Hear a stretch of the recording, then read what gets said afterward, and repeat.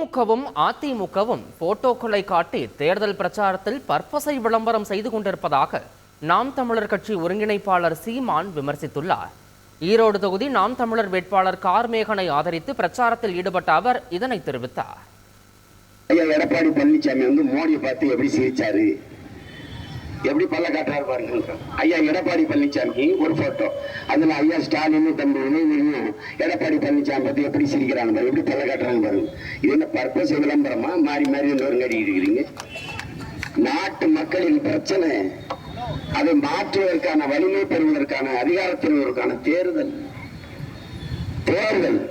என் அன்பு தம்பி தம்பிகளை, அறிவார்ந்த என் தமிழ் சமூக மக்களே, சாதி மதம் கடவுளை பற்றி ஒரு தலைவன் சிந்தித்தால் அவன் மக்களை பற்றி, நாட்டை பற்றி, நாட்டு மக்களின் நலனை பற்றி சிந்திக்க மாட்டான். அது அவனுக்கு தேவைப்படாது. செய்திகளை உடனுக்குடன் தெரிந்து கொள்ள உடனே சப்ஸ்கிரைப் பண்ணுங்க.